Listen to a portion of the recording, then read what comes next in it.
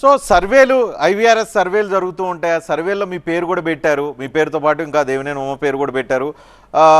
So సర్వేలో మీకు అనుకూలంగా రాలేదా?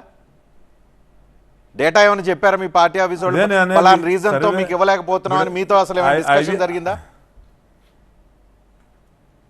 ఐవీఆర్ఎస్ అనేది సింపుల్ టెక్నాలజీ. నా దగ్గర 2 లక్షల నెంబర్లు ఉన్నాయి. నేను ఐవీఆర్ఎస్ పెడతా, ఆ రిపోర్ట్ నేను ఇస్తాను. ఎంత పర్సంటేజ్ ఈరోజు పార్టీ ఆఫీసులో నాకు ఎంత పర్సంటేజ్ వచ్చిందో నేను చెప్తాను.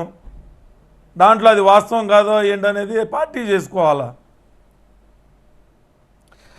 ఎవరైతే టికెట్లు ఇవ్వలేకపోతున్నారో వాళ్ళని పిలిచి మాట్లాడుతున్నారు, మిమ్మల్ని పిలిచి మాట్లాడలేదా?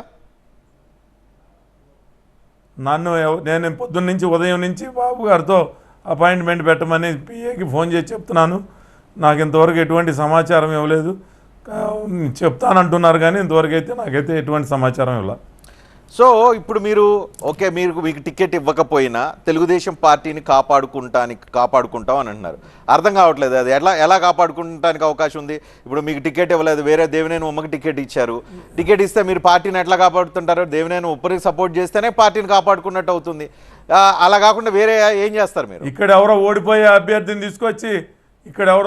అభ్యర్థిని తీసుకొచ్చి సర్వేలను కాదని చెప్పి పెడితే మేము చంద్రబాబు నాయుడు గారు ఫోటో పెట్టుకుని నాకు ఓటేయమని చెప్పి నేను తిరుగుతాను. నా కుటుంబం అంతా వీధుల్లోకి వెళ్తాం, ప్రజలనే న్యాయం కోరుతాం.